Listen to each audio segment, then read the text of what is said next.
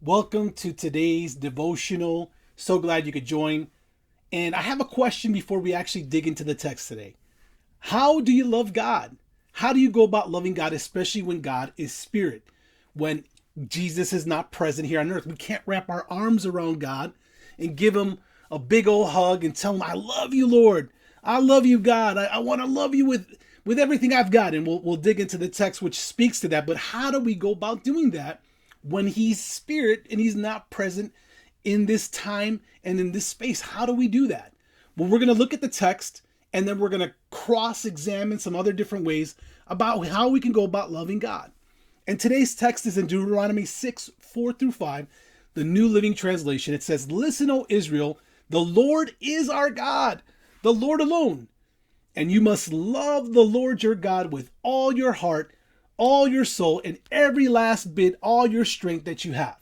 So this is what it's calling us to do, but it still doesn't give us examples of how we can actually love God. Well, the good news is Jesus gave us a way, or one way at least, or a few different ways that we can actually love on God.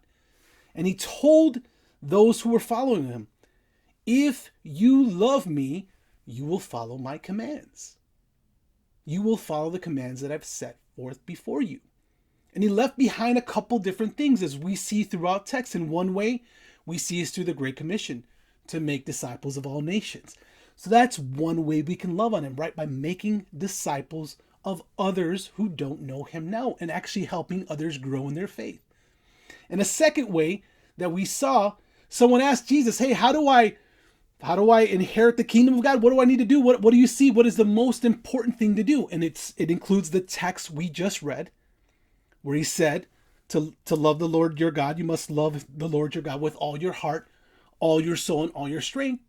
And then the other way was to love your neighbor as yourself. You're saying, oh no, people? Yeah, that's right, people. Because God calls us to love people, to love others.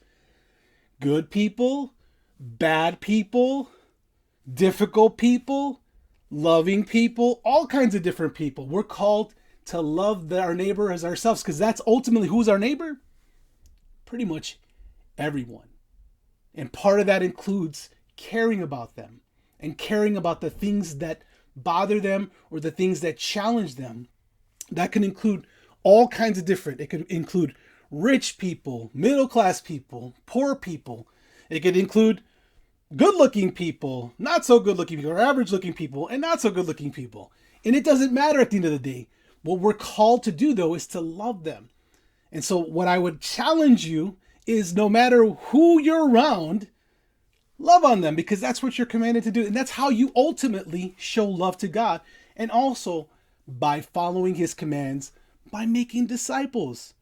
I know it's easier said than done, but listen, we want to love on God, don't we? Because we're so thankful for what he has done for us through his son, Jesus. So we want to take that to another level by loving him back.